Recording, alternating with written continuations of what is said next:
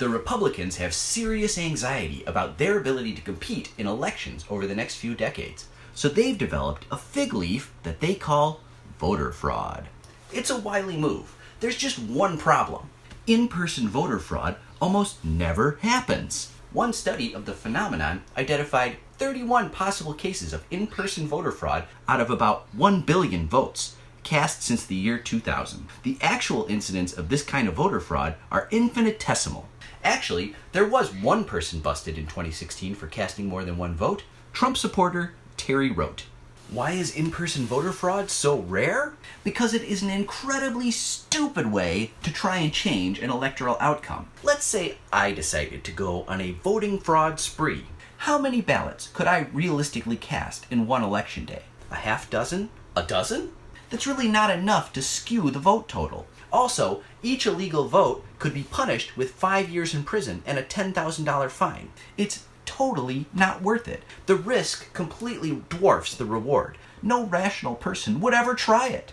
Stuffing the ballot box electronically or in some dark back room is the way elections are actually thrown. None of this penny ante in-person voter fraud.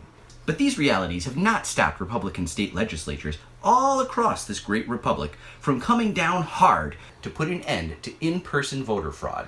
The way one might arm a low-yield nuclear device to detonate over an anthill. The first laws passed were voter ID laws, requiring every voter to prove their identity with a government-issued photo ID before they could vote. This requirement has often gone hand in hand with the closing down and shortened hours of statewide DMVs, intentionally making it harder to get a government-issued ID. The Supreme Court has upheld these restrictions, saying it doesn't matter that voter fraud doesn't really exist. In the court's view, it's up to citizens to prove that voter fraud restrictions are a burden, and so far, they have not.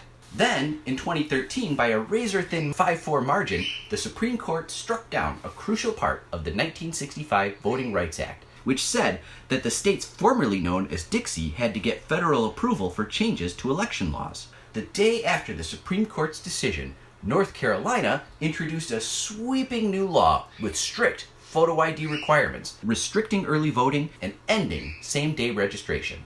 In a subsequent challenge, one circuit court judge concluded that the law targeted the African American population with almost surgical precision. Voter fraud is a scam. It's not a scam where voters defraud elections. It's a scam where the people who win elections are making voting near impossible for anyone who doesn't vote for them. Now, I said near impossible. Yes, it is difficult to navigate voter registration, but it is worth doing. Lots of people know that and have made the effort to get registered. Good. Please do that. And then, when we have a new party to vote for, it will actually count. Let's get started. Let's make these mothers pay.